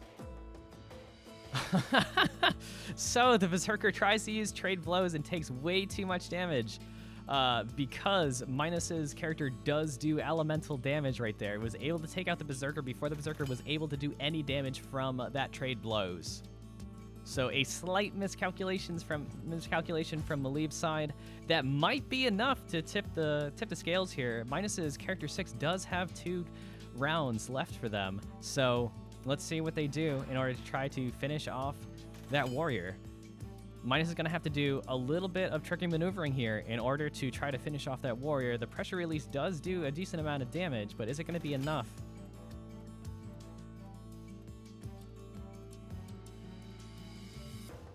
We're going to place another totem. We're going to see if we can push back in the turn order. It is not going to be enough there. Let's see what the warrior does here with trying to deal 25 damage. They're going to be able to do 15. They're definitely going to have to remember to move out of that space. There we go. All right. So character 6 does have 2 rounds. They're going to have to do 37 damage over 2 rounds at this point. The warrior is definitely able to do 10 damage regardless with their slash. So they're really going to have to try to pump out some damage here. They move the totem. They activate the shock module. They do a pressure release. Is it going to be enough to finish off that warrior? It is not going to be quite enough. The warrior is going to come in with a slash and finish off Minus's character 6. Another very tight fight. It could have gone either way, depending on both players' actions. But again, in a tournament situation with a very new game, with new characters and ever-changing kind of meta, stuff like this is going to happen. So it is definitely exciting to follow along and see what people do in their matches. Poor Berserker indeed. So the Berserker definitely took a lot of damage from that trade blows. Unfortunately for the Berserker, especially since it was used against a character that had the damage bonus from being the last one standing, plus it being elemental damage. So they definitely took a lot of damage up front with that, and that kind of leveled the playing field at that point. So even with a couple of misplays, that's, you know, it shuffles things up a little bit. Yeah, there's a comment here that says the character 6 versus warrior endgame is pretty favored towards warrior, it seems. 2 games in a row now. I think that really depends on different situations. So there's a couple of things where we've seen, every time in that matchup, we've seen character 6 use their pressure release pretty much every single time. There are a couple of things that could have been done a little bit differently, perhaps using the damage plus the speed reduction from the system overload could have been enough, in combination with the character 6's stance that also reduces speed. So they might have been able to get that off and then taken a couple more turns in addition to that to do a little bit more damage with the pressure release. Now the pressure release is very good when you only have 1 round, because it does damage immediately, and then it also does damage after once that additional character takes their turn. However, it's not really super great if you have 2 turns in a row, because it's not going to activate in between. It's just going to happen once, and then you're going to have to figure out another way to do a little bit more damage. So there are a couple things that could have been done differently. I'm sure if someone goes back and crunches the numbers, they might be able to see that line. But there's a lot of things going on in these matches at once, so it's not that easy to do all those calculations on the fly. So I'm sure as people get more used to these characters, and if they use these strategies more and more often and see these matchups, they might be able to do that math on the fly because they've seen this stuff before. But a lot of stuff that's happening here, we're very early on in our tournament scene, so they might not be seeing certain things that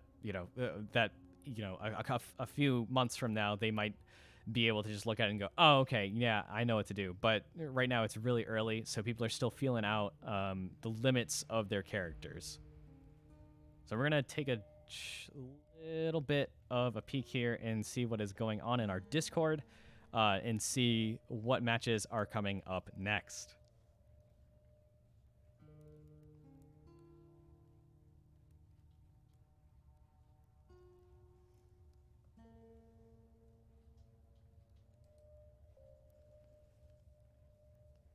So we're actually going to switch over to Warwick's and Launcis pretty soon. Once they get into their match and start picking their characters, we will join in and wait for the start of the match.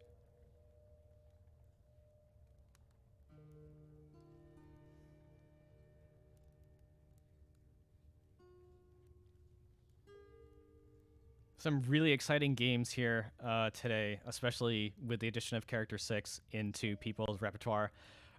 Really seeing some interesting stuff, especially with different interactions between that character. Picking different stances at different times is definitely, I think, the key to getting the most out of that character. So sometimes you need that little extra damage from one stance. Sometimes you need that one-time turn order pushback from their speed reduction ability. So it really, that character has a lot of tools available to them. So you got to figure out what is going to get you ahead in the amount of time that you have, basically. If you only have so many turns with that character left, you got to figure out exactly what you need to do to either get the most damage. Do I need to push someone back in the turn order so to allow one of my other characters to do something real quick and to finish them off before they're able to take a turn? It's very complex. So it's I personally like that character a lot. So it's definitely nice to see people using Character 6 and having that be, I wouldn't say a dominant strategy as of right now, but having that be a very competitive strategy.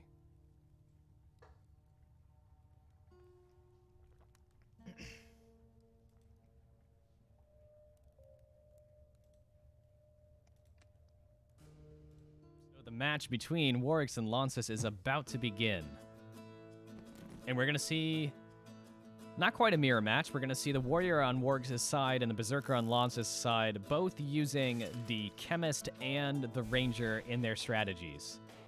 Now, Launcis definitely getting lucky here a little bit with the Berserker's tunnel vision. Unfortunately for Launcis, it looks like Warwick's is going to be able to move both of their characters out of the way of the Berserker before the Berserker can take their turn. So, forcing them to switch up their position a little bit. Unfortunately for them, being able to move both the Ranger and the Chemist out of the way just allows them to do a little bit of a symmetrical shuffle there to get clear out of the way of the Berserker's tunnel vision. Launcis starting to target Warwick's Ranger, especially since that Ranger does not have their evasion stance up, trying to get in that early damage as soon as possible so they can take advantage of their vulnerability as of right now. So we're going to see Launcis' Chemist come up. You can see a couple of different things here. They're going to use an adrenaline boost on the Berserker. Let's see what kind of stance they choose. They're going to use Lurk as well to try to get up in that turn order as fast as possible. Let's see what the Berserker does right here.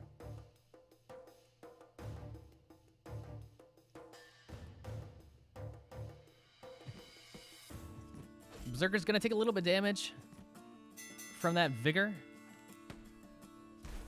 and support stance there. Doing a lot of damage on both sides. It wasn't quite enough to knock out Warwick's Ranger, unfortunately. So that Ranger is going to get off a couple of support damage shots. So we might see Launcis' Berserker fall first. We might see Warwick's Ranger fall first. We're not sure yet. It all depends on how these next couple of turns turn out. Now, the main question is, it seems like Warwick's was initially starting to focus down Launcis' Chemist. However, the Berserker has taken a significant amount of damage as of right now. So Warwick's might try to take advantage of that. Unfortunately for Warwick's, the Berserker does have their Intimidate stance on as of right now. So doing a melee attack against the Berserker is not quite going to be advantageous in that situation. We are going to see the Ranger probably target someone right now. I don't think we're going to see an Inspire. We're going to do a quick shot on that Chemist. So going full steam ahead on the Chemist, trying to finish off them as soon as possible, it seems. Now, if the Ranger does support the Warrior here, we are looking in a couple turns. We're looking at the Warrior targeting that chemist and trying to get off that combo from the support from the ranger. We might even see a vigor potion from the chemist onto the warrior or the ranger to try to definitely secure that kill against Lances's chemist. We are going to see a vigor on Warwick's warrior. And it all depends on who the warrior is going to target as of right now.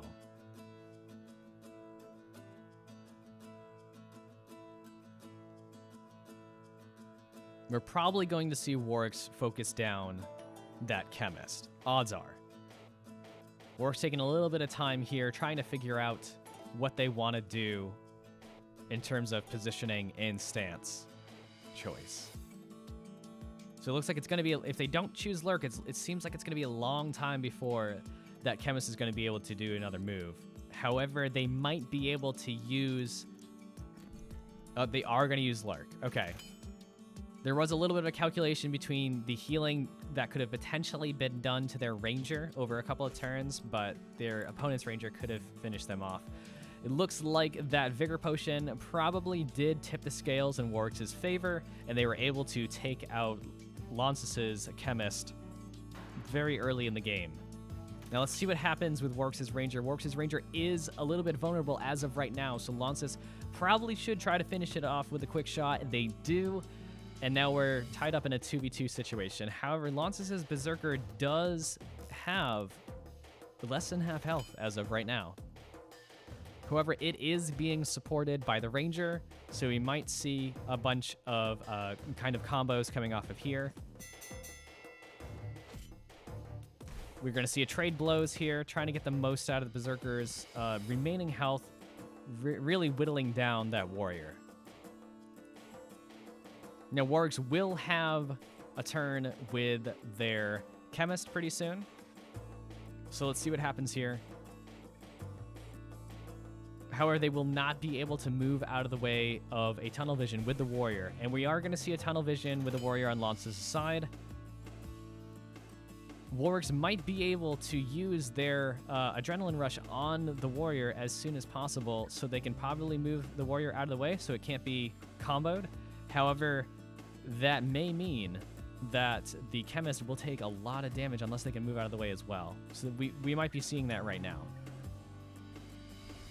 They are actually going to use Vigor Potion on that warrior. Warwick's does believe that that warrior is going to survive the combo between the Ranger and the Berserker. But let's see if that math stacks up.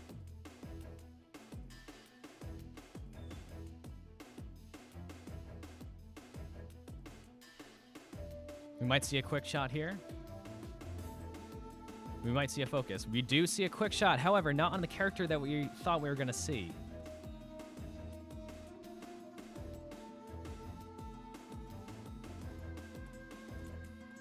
Was that a misplay? Was that a calculation? I guess we'll figure it out.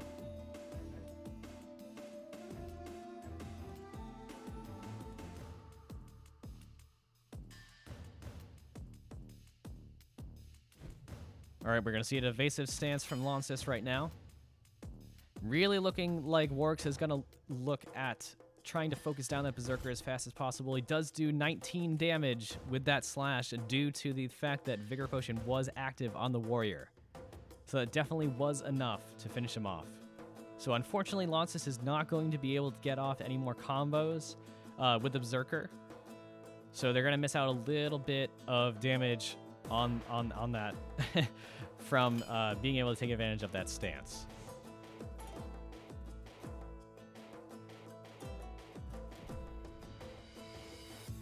Seeing a Vigor Potion and a Lurk from Warwick's side, very much par for the course on Warwick's strategy at this point. It looks like we're really going to be seeing an interaction between these two characters. Lances is trying to finish off Warwick's chemist as soon as they possibly can, using that evasive stance.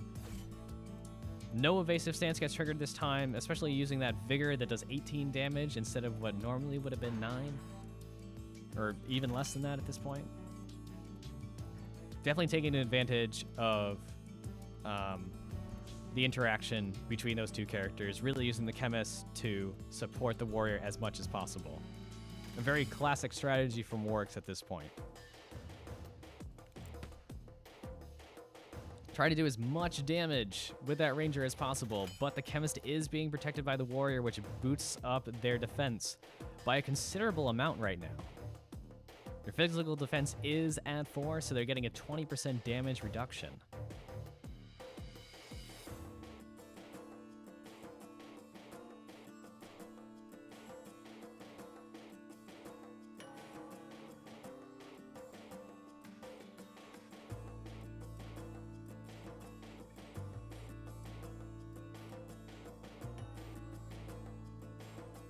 A lot of thinking on Warwick's side, trying to figure out what they want to do here. They can't use another Vigor Potion, but they are a little bit low on health.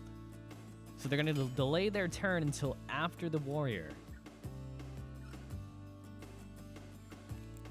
Got another quick shot from Lances, not quite enough to finish off the Chemist.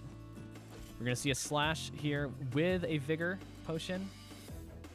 Beefed up right here, so it looks like one more combo of the Vigor Potion plus the slash is going to be able to finish off Lances, unless Lances can really get that dodge in there.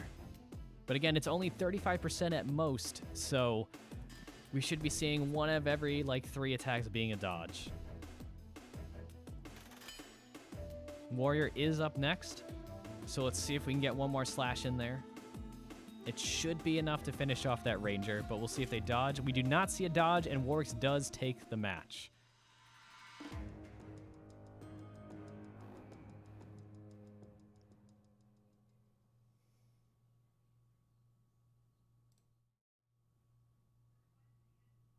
All right, and it looks like Maliv did take 3 wins from all 3 matches at this point.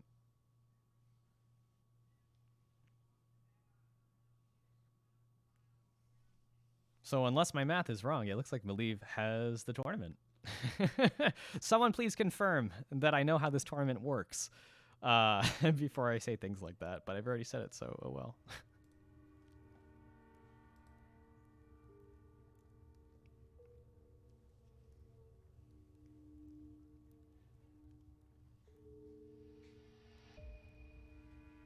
So it looks like we did finish up this tournament, and hopefully, if these widgets work, we are going to see some winners here. Whoop, there we go. Oh, where is it? I just messed some stuff up. All right, this is the correct scene right here. Right there. Yeah. Maliv has won the tournament. Warwick has taken 2nd place, and Minus has taken 3rd place. Congratulations to everyone who participated in this tournament. Just to reiterate, we do have some prizes for 1st, 2nd, and 3rd place. Everyone gets a nice little title in the Discord, and also in the game. There's a little bits of like badges and stuff like that. The first 2 players here who have finished 1st and 2nd place both get Steam gift cards as well. So you guys should be seeing that relatively soon. So just watch for a message from Jason, who should be getting into contact with you very soon. So awesome battles today. Really, some really cool stuff that we've seen from Character 6. A lot more of that character has been in the game. Definitely been seeing a lot of interesting strategies that I actually haven't seen before, surprisingly enough, with all the other characters as well.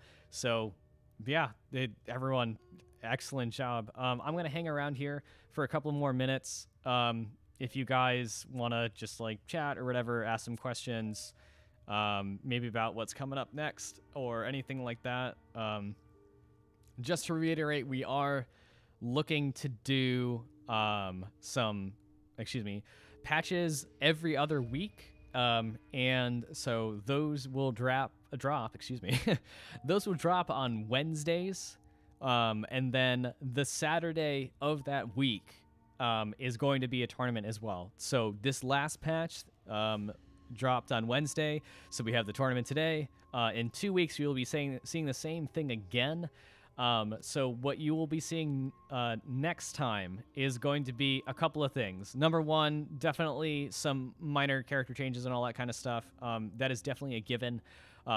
We're constantly doing balancing, and so we're actually going to send out probably a survey after this tournament for everyone who has participated. So you can kind of give your feedback on how things went and what you'd like to see as like new content or changes to the current content or anything like that. We really take all of your feedback into consideration. Like seriously, it helps us absolutely immensely at this point.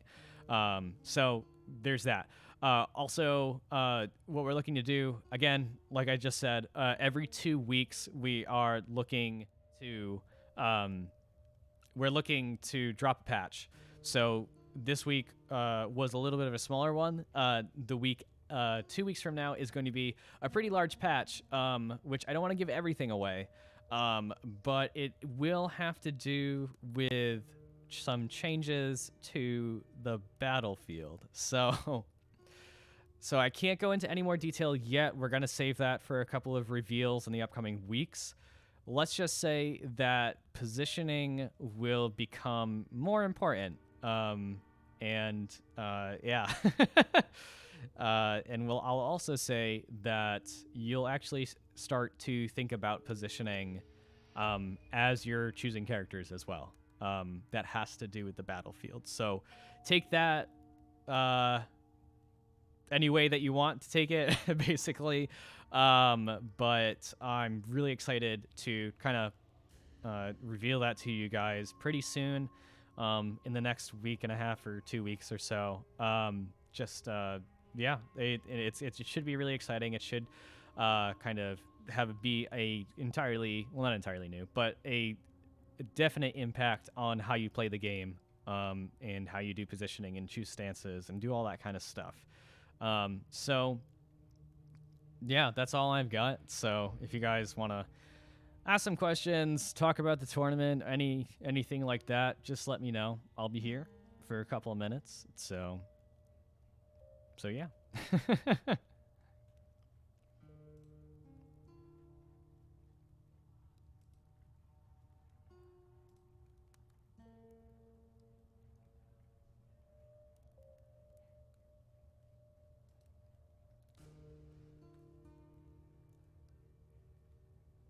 And yes, character 6 was very close to being great.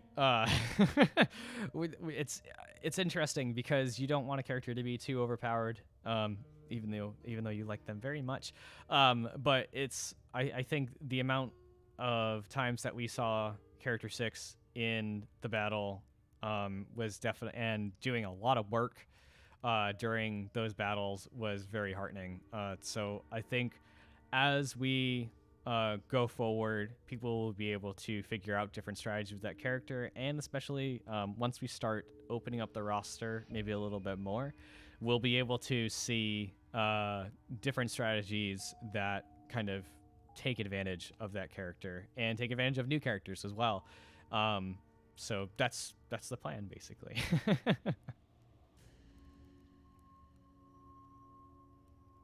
All right, well, that's going to be it for today. If you're not part of the Discord, up here, way up there, right there, that's our Discord server ID. So if you go there, over on this side, about right here, that's our Twitter. We do a lot of we do a lot of announcements there. In both of those places. So definitely follow us one of those places. The other thing that you guys can do, if you haven't done so already, the game is actually listed on Steam, and you can wishlist it, and that helps us absolutely. Like, it's huge. So if you haven't done so already, please wishlist the game. There's also a newsletter if you go on the website as well. So many different ways to connect with us, but definitely the Discord and wishlisting us on Steam helps like incredibly. So until next time, I will see you guys later. Have a good one. Stay safe, and next time you see me, the game will have new content. So, it's all right. See you guys later.